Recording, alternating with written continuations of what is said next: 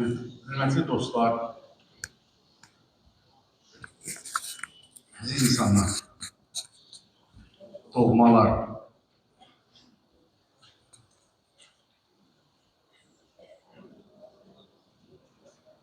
hiç kim bu günü belə yaşamak istəmir. Hiç kim. İnanmıram ki, en dəhşətli yuxumuzda biz bak günü belə təsəvvür edirik. De ki, dünənki gün olmayacaq. Silineydi bizim hayatımızdan bu günler olmayacaq. Hamımız üçün ağır olan dəqiqələrdə, hamımız üçün çətin və faciəli dəqiqələrdə yenə də güc tapıb ürək sözlərimizi bildirməliyik.